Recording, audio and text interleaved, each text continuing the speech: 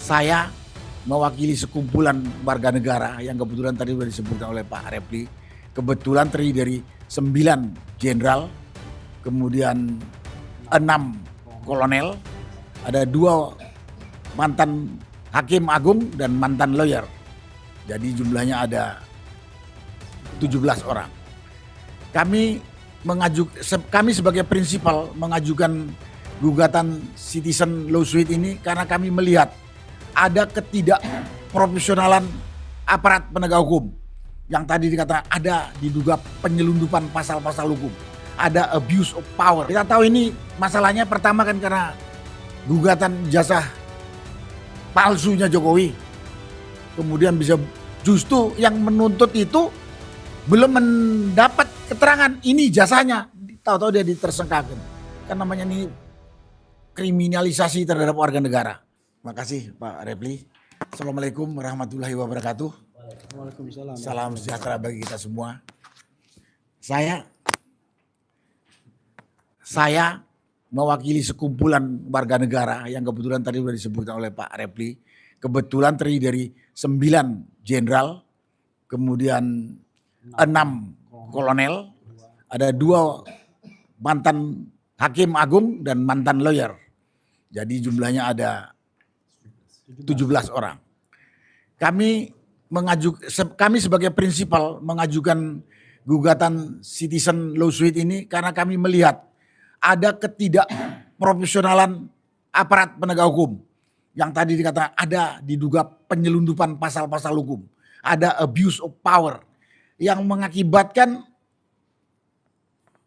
bisa merugikan, mencelakakan sekumpulan warga negara lain, yaitu saudara Roy CS. Sekarang korbannya baru itu. Kalau ini dibiarkan, tidak dibuka, ini aparat bisa sewenang-wenang berikutnya. Bisa habis kita nih warga negara dibikin oleh aparat-aparat yang tidak profesional ini. Karena itulah kami mengajukan citizen lawsuit ini dan tadi sudah dijelaskan cukup jelas oleh para lawyer. Karena kepedulian kami terhadap penegakan hukum. Semoga citizen lawsuit ini akan bisa membuka kebenaran. Akan bisa menunjukkan kebenaran.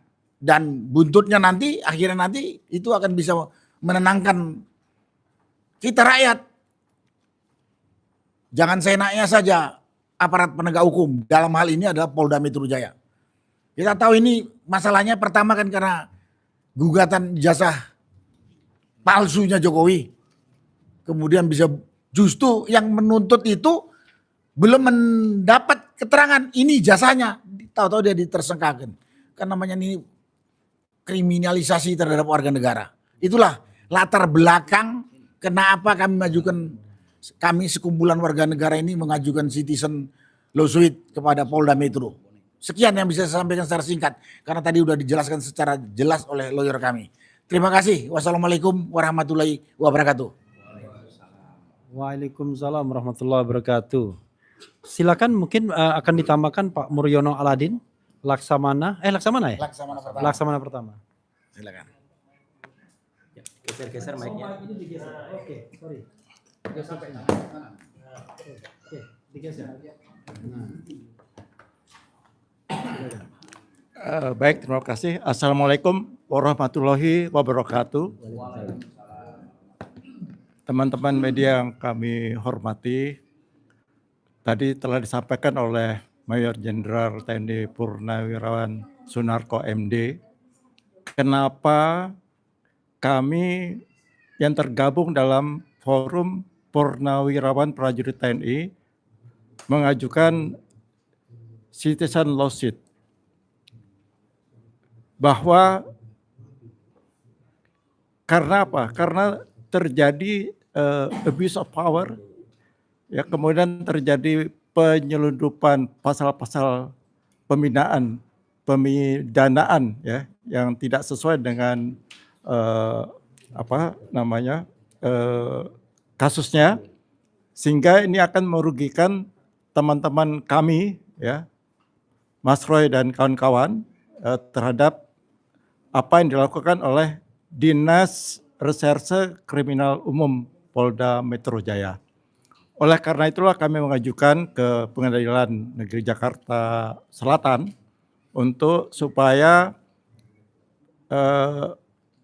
Polda Metro Jaya memperbaiki kebijakannya di dalam melaksanakan proses pemindahan dari para tersangka atau yang ditersangkakan. Dan inilah adalah bentuk dari kepedulian kami, dari prajurit-prajurit purnawirawan prajurit TNI ya, yang tergabung dalam forum tersebut, untuk kami tidak bisa melihat teman-teman kami dipermainkan oleh aparat penegak hukum, khususnya yang dilakukan oleh Ditreskrim Polda Metro Jaya. Dan ini kasat mata yang tadi telah disampaikan, diuraikan oleh teman-teman lawyer, bahwa terjadi penyeludupan pasal-pasal, kemudian terjadi juga abuse of power dan sebagainya. Dan ini kalau kita diamkan mau kemana penegakan hukum yang diberlakukan di Indonesia ini.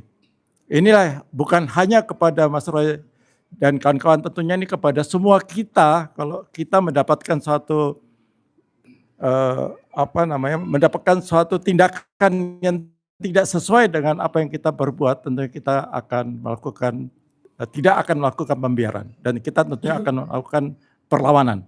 Dan tadi dikatakan oleh Pak Yaya, ini bukan kalah atau menang. Enggak, kalau saya enggak, kita harus menang karena kita benar. Jadi bukan enggak mau kalah, enggak mau, bukan, kita harus menang. Karena yang jelas-jelas kasat mata kita harus menang karena ini benar.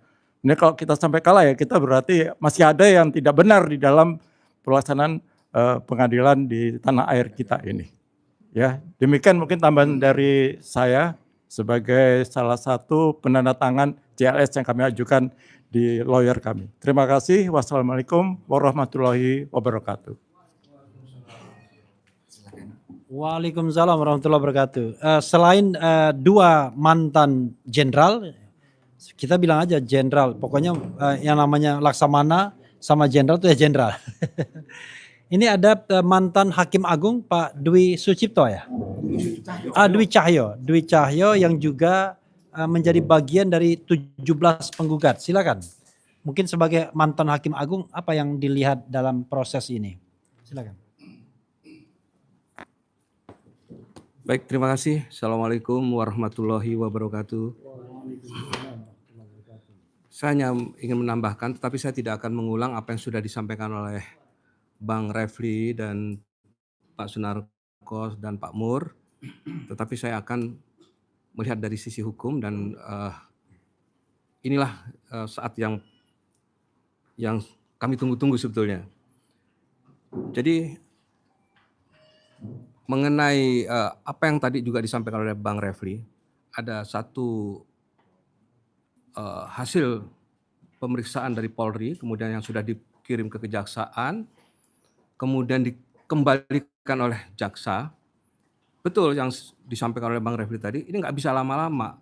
Persoalannya adalah sekarang ini, seharusnya jaksa di dalam undang-undang KUHP nasional, jaksa harusnya sudah membuat surat pemberitahuan kepada penyidik agar menyelesaikan apa kekurangan-kekurangan yang menjadi penilaian daripada jaksa. Jika itu tidak dilakukan sampai dengan tanggal penetapan yang diinginkan oleh jaksa, maka jaksa memerintahkan untuk di SP3-kan. Seperti itu. Nah, ini saya lihat masih terus berlanjut. Betul Bang Refli ya? Belum ada pengembalian hasil pemeriksaan yang dikirim, yang ditolak oleh jaksa karena ada kekurangan. Kemudian gugatan yang nanti kita ajukan, tentu kita berharap kepada hakim, ya, karena hakim ini kan mempunyai satu langkah-langkah hukum yang positif ya, kalau saya. Jadi kita berharap bahwa langkah hukum yang akan nanti dilakukan oleh Pengadilan Jakarta Selatan, oleh majelis hakim, bahwa majelis hakim harus berani melakukan yang namanya judicial activism. Harus itu. Nah, karena di situ tentu yang kita harapkan adalah di dalam judicial activism itu ada hak diskresi yudisial terhadap hakim. Disitulah kesempatan hakim untuk menyidangkan persoalan ini, ya, yang kita ajukan gugatan perbuatan melawan hukum ini. Tidak ada lagi nanti alasan macam-macam, padahal seorang hakim sudah diberikan ruang mengenai proses hukum yang akan dilakukan, langkah-langkah termasuk melakukan judicial activism. Disinilah nanti akan kita uji keberanian seorang hakim di dalam memutus perkara ini. Kita lihat mudah-mudahan, insya Allah, dan saya yakin, hakim nanti yang menangani masalah ini adalah hakim. Saya yakin, saya tahu persis ya di Jakarta Selatan itu hakim-hakimnya cukup punya potensi yang pengalaman yang sangat memadai ya.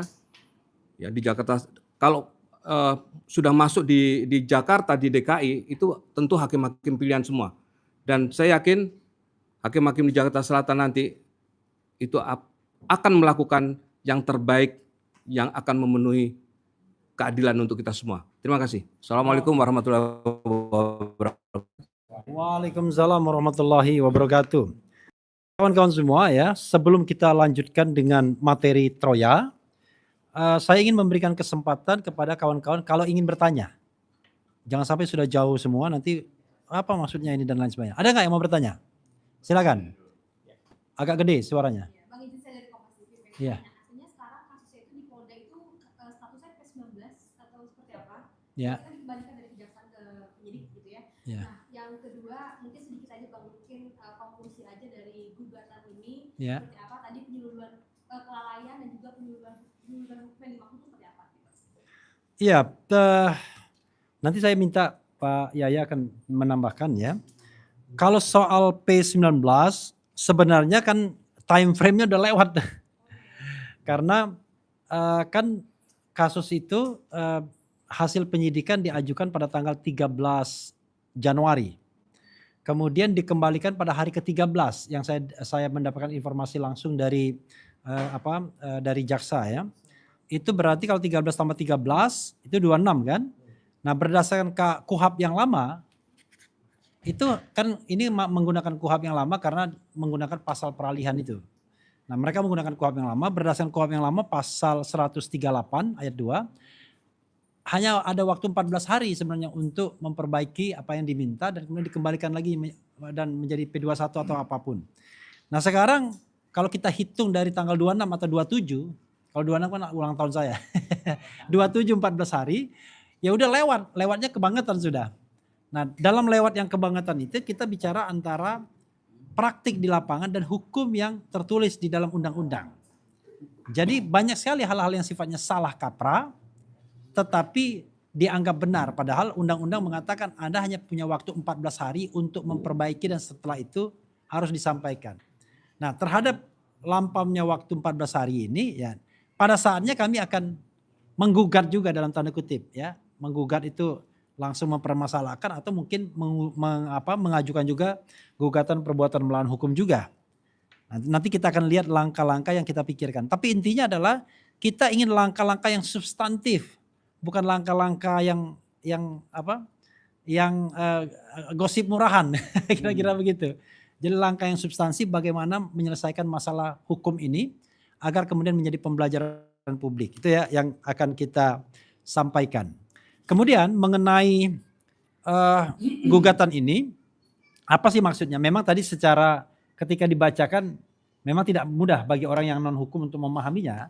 Tapi intinya adalah mereka ini sebagai warga negara itu merasa terpanggil dengan penanganan atau manajemen perkara yang dilakukan oleh Direktur Resersi dan Kriminal Umum Polda Metro Jaya yang dianggap tidak profesional. Nah, bentuk ketidakprofesionalan itu adalah menggunakan pasal-pasal yang dianggap diselundupkan. Coba bayangkan, masalahnya kan dianggap melakukan pencemaran nama baik. Nah, pencemaran nama baik katakanlah menggunakan pasal 310 KUHP yang lama ya, yang lama ini. Dengan ancaman hukuman 9 bulan. Kemudian dianggap melakukan fitnah dengan ancaman hukuman 4 tahun. Nah, lalu tiba-tiba menggunakan pasal-pasal Undang-Undang ITE. Undang-Undang ITE misalnya pasal 28 ayat 2 yang ancaman hukumannya 6 tahun. Kemudian itu ujaran kebencian ya. Dan yang lebih ngaco lagi dalam bahasa Masro itu menggunakan pasal 32 ngedit dokumen ya kan? Ngedit dokumen lalu dengan ancaman hukuman 8 tahun. Lebih gila lagi tadi pasal 32 ayat 1 Undang-Undang ITE ya. Yang lebih gila lagi menggunakan pasal 35 ngedit dokumen yang palsu seolah-olah jadi otentik. Artinya kan Pak Jokowi mengakui bahwa dokumennya tidak otentik. Diedit oleh Mas Roy jadi otentik kan begitu. Dengan ancaman hukuman 12 tahun. Nah ini bagi kita ngawur. Rupanya ditangkap juga oleh bapak-bapak TNI ini dan kemudian menggandeng Tokham untuk menyampaikan gugatan citizen lawsuit agar kemudian ini menjadi perhatian sebagai sebuah kebijakan umum dan kebijakan khusus tentunya yang nanti bagaimana caranya diterapkan dalam kasus ijazah palsu ini. Soal nanti teknis hukumnya nggak usah ditanyakan sekarang.